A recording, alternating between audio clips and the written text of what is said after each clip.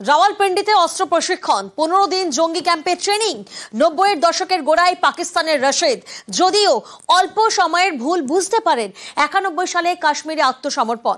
এখন উপত্যকায় জঙ্গি মোকাবিলায় গুরুত্বপূর্ণ ভূমিকা নেন রশিদ খান। নিউজ 18 বাংলায় এক্সক্লুসিভ রিপোর্ট দেখুন।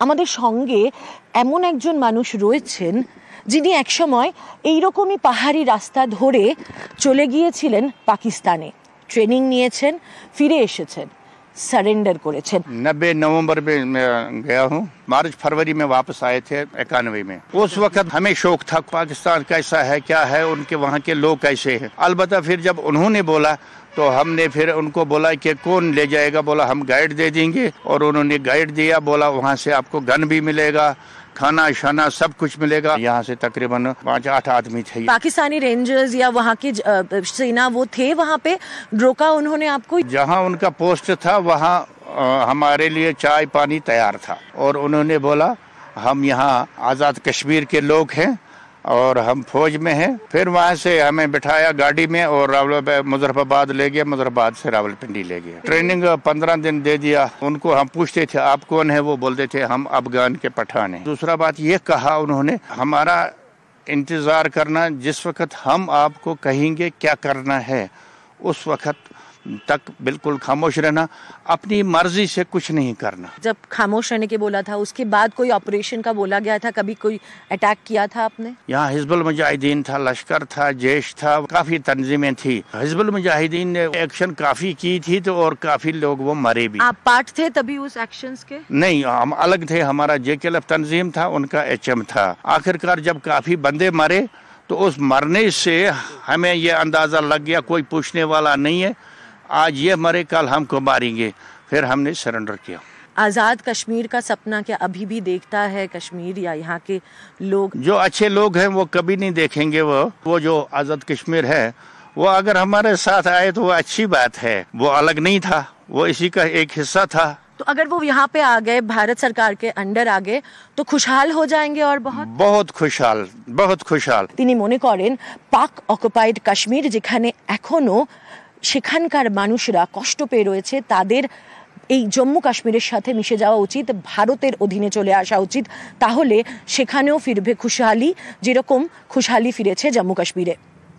ক্যামেরা পার্সন আপু পাঠকের সঙ্গে মৈত্রী ভট্টাচার্য, নিউজ 18 বাংলা, কুপওয়ারা। আর এবার নজর রাখবো পেহেলগাঁওয়ের দিকে। জঙ্গি হানা তদন্তে চাঞ্চল্যকর তথ্য সামনে এসেছে। প্ল্যানিং থেকে অপারেশন, নাশকতার জন্য জঙ্গিদের দেওয়া হয়েছিল বিশেষ ম্যানুয়াল। কি করণীয় আর কি নয় সে সবই লেখা রয়েছে জঙ্গিদের এই ম্যানুয়ালে, যা হাতে পেয়েছে NIA।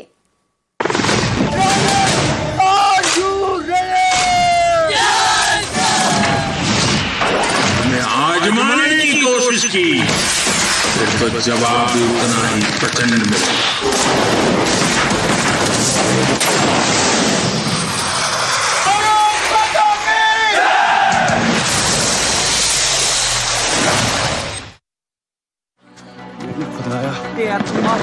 मौत की कसम है।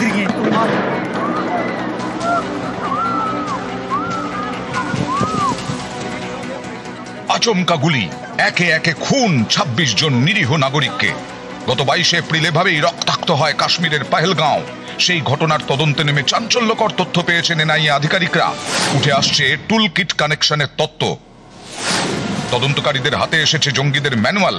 NIA জানতে পেরেছে পেহেলগাঁও হামলায় ডেড ড্রপ পলিসি মেনে নিজেদের মধ্যে যোগাযোগ রাখে জঙ্গিরা, তারপর হামলা চালায় জঙ্গিরা। ডেড ড্রপ পলিসিতে দুই জঙ্গি একে অপরকে না চিনেই তথ্য অস্ত্র আদান প্রদান করে।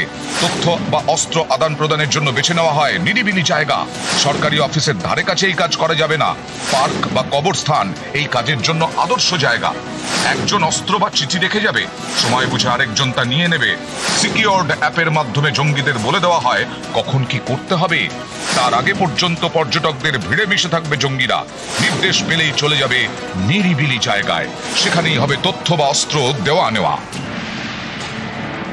এখানেই শেষ নয়, জঙ্গি ম্যানুয়ালে নানা সংকেতের কথাও রয়েছে। সিকিউরড অ্যাপে 4টি সংকেত ব্যবহার করে জঙ্গিরা। বিজি অর্থাৎ অস্ত্র বা তথ্য দেওয়া নেওয়া এখন সম্ভব নয়।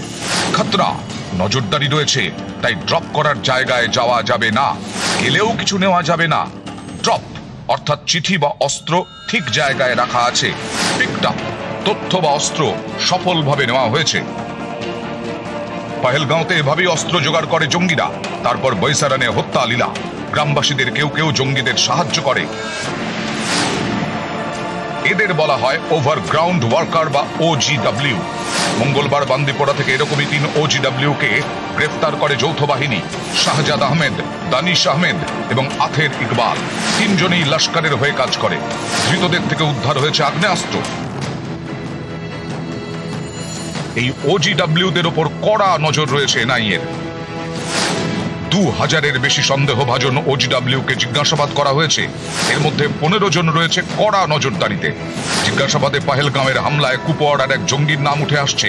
কুপওয়াড়ার কালারুসের বাসিন্দা সেই জঙ্গির নাম ফারুক আহমেদ। তদন্তকারীরা জানতে পেরেছেন পাকিস্তান অধিকৃত কাশ্মীর থেকে জঙ্গিদের পরিচালনা করে এই ফারুক। সম্প্রতি তার কুপওয়াড়ার বাড়ি উড়িয়ে দেয় সেনা।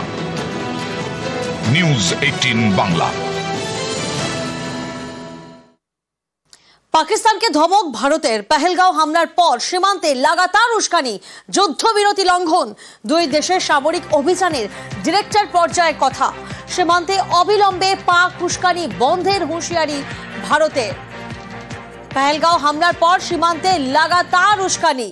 পহেলগাঁও হামলার পর লাগাতার এই উস্কানি, ধমক, যুদ্ধবিরতি লঙ্ঘন, দুই দেশের সামরিক অভিযানের ডিরেক্টর পর্যায়ে কথা হয়। সীমান্তে অবিলম্বে পাক উস্কানি বন্ধের হুঁশিয়ারি ভারতের। কি বেসের উপরে ডিপেন্ড করে ওরা হুমকিটা দিচ্ছে সেটা তো আমাদের কাছে অজানা নয়। ওদের ইকোনমিক কন্ডিশন আমরা ভালো মতো জানি, ওদের সোলজার মতো অর্গানাইজ কিনা বা মধ্যে সবাই রিজাইন করছে সেসব খবরও আমাদের কাছে আছে। একটা দেশের যদি হাই লেভেলের মধ্যে নিজেদের আর্মির সঙ্গে অ্যাডমিনিস্ট্রেশন যারা দেখছেন তাদের মধ্যে যে একটা মনোমালিন্য হচ্ছে সেগুলো আমরা জানি। এছাড়াও পাশে বেলুচ লিবারেশন আর্মি কি করছে সেটা আমরা জানি। কোনো জেনারেল তো আজ পর্যন্ত ওদের দেশেতে থাকে না। হুমকি দিয়ে ধমকি দিয়ে দেশকে দেখাবে যে আমি বিরাট বড় পালোয়ান, কিন্তু যদি একবার আসল জিনিসটা শুরু হয়, এক্সপিরিয়েন্স হয়ে আছে না, 71-এর অপারেশনের পর 50 বছর তো ওরা ঘুরে দাঁড়াতে পারেনি।